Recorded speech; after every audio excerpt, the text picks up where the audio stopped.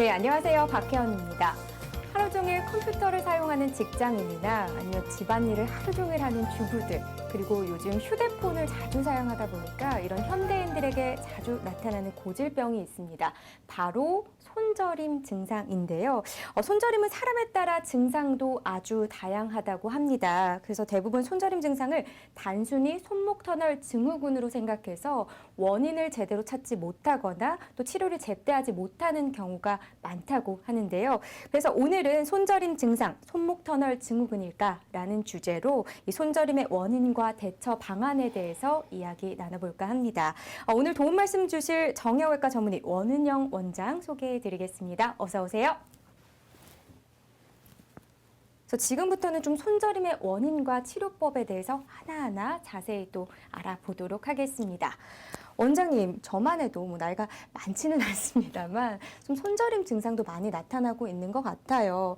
그래서 이렇게 좀 손이 저려서 잠이 안 온다 하시는 분들도 많은데 도대체 원인이 뭘까요? 네, 손저림을 유발하는 데는 많은 원인들이 있는데 특히 이제 신경계나 혈관계에 문제가 있는 경우가 있고요. 흔하게는 드물게 이제 내과계 질환으로 당뇨나 갑상선 이상, 자가 면역 질환 이런 것도 원인이 될 수가 있고 또 심리적인 문제도 그 요인으로 손저림이 나타날 수가 있습니다. 그래서 이렇게 원인이 다양하기 때문에 손저림 증상이 있는 경우는 이제 병원에 내원하셔서 이제 정확한 진단과 검사를 받아보시는 게 좋다고 생각합니다. 그러면 손저림 증상이 나타날 수 있는 질환으로는 또 어떤 것들이 있을까요?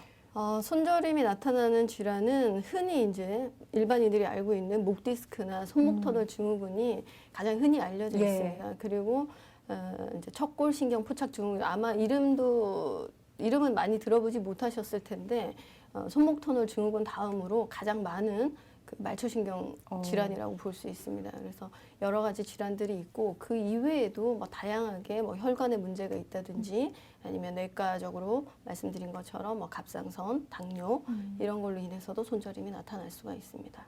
저 같은 경우도 이 손저림 증상이 좀 있는 편인데, 그래서 내가 목 디스크인가 말씀하신 것처럼 손목 터널 증후군이니까 이렇게 막연하게 생각하곤 하거든요. 근데 정확하게 이 손목 터널 증후군이 어떤 건지 설명해 주시면 좋을 것 같아요. 네, 손목 터널 증후군은 손목을 단면으로 봤을 때 신경과 힘줄이 지나가는 구조물이 있습니다. 저기 동그라미 표시가 되어 있는 부분이 이제 손목 터널이 되는 거고요. 그러니까 손목 터널을 덮고 있는 지붕이 있어요. 그 지붕이 바로 이제 횡수근 인대라고 해서 대부분은 이 인대가 두꺼워짐으로 해서 터널 안에 압력이 높아지게 되고 그러다 보니까 저기를 지나가는 정중신경이 눌리게 됩니다. 그래서 이 신경이 눌림으로 인해서 신경이 담당하고 있는 정중신경이 담당하고 있는 손바닥의 엄지, 검지, 중지 그리고 약지의 외측 부분까지 해서 감각이 둔해지거나 저리기도 합니다. 그리고 오른쪽 그림에서 표시되어 있는 근육들이 위축이 되거나 마비 증상이 나타나기도 합니다. 근데 그렇다면 이 손목 터널 증후군 어떤 경우에 발생을 하는지 그리고 치료 방법은 어떤 것들이 있는지 이런 것도 궁금하네요. 네, 손목 터널 증후군은 손목을 이제 반복적으로 많이 사용하거나 손을 많이 쓰는 사람들한테서 생기게 되고요.